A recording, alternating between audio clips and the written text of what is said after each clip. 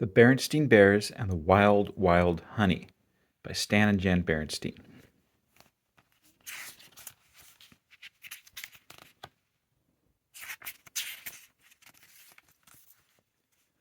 Papa Bear was relaxing in his hammock.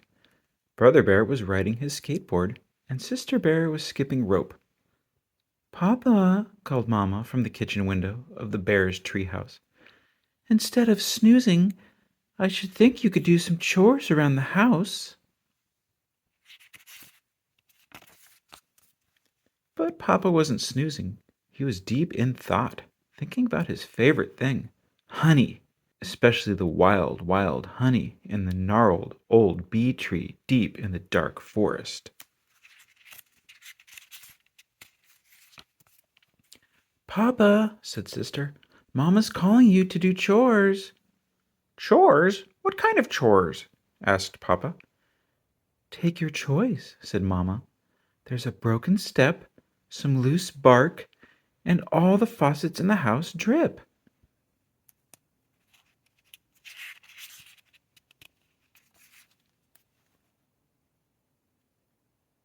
"Of course, my dear, I'll take care of it. You can count on me."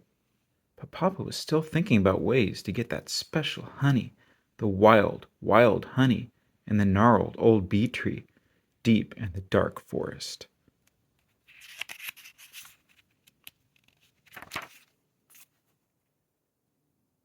He had tried just about everything, but all he had gotten for his trouble was stung. He had tried pretending he wasn't going after honey at all, but the bees had spied Papa's honey pot and stormed after him.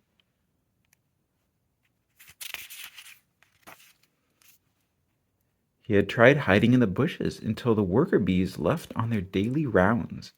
Then he tried to break into the bee tree with tooth and claw. But that hadn't worked either. The queen bee had heard the commotion and called the workers home. Once more, Papa had been foiled.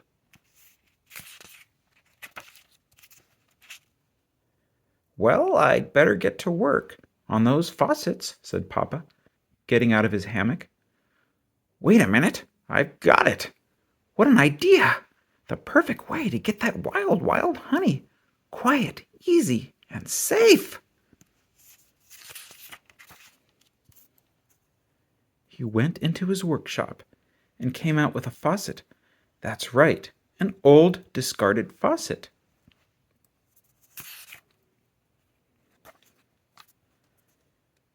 He shined it up and oiled it so that it was working properly.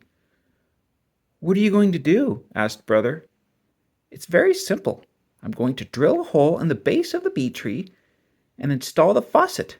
Then, whenever I'm in the mood for honey, I'll just turn on the faucet and fill my pot with that delicious, wild, wild honey."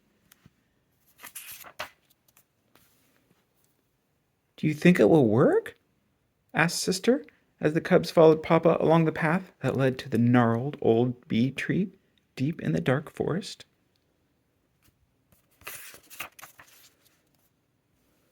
"Of course it will work," Papa whispered as he drilled a hole in the base of the bee tree. "It's super duper guaranteed to work." It began to look as if Papa was right. He worked quietly so as not to alert the queen bee or any of her subjects. Indeed, there wasn't a bee in sight. Soon Papa's invention was ready. "Now I'll turn on the faucet and, yum! I can almost taste it. We'll have instant honey." Papa turned the handle. "Papa, look out!" cried the cubs, for what came out of the faucet was not instant honey, but instant bees. "Yipe!" yelled Papa, as the bees chased him along the path, away from the gnarled old bee tree. Ah, poor Papa. Back at the treehouse, the cubs explained to Mama that Papa's honey faucet hadn't worked very well. "Doesn't surprise me," said Mama. "The faucets in our house don't work very well either."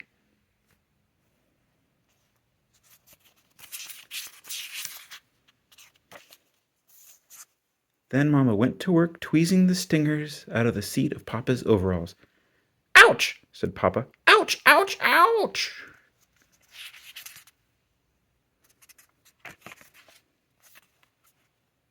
The end.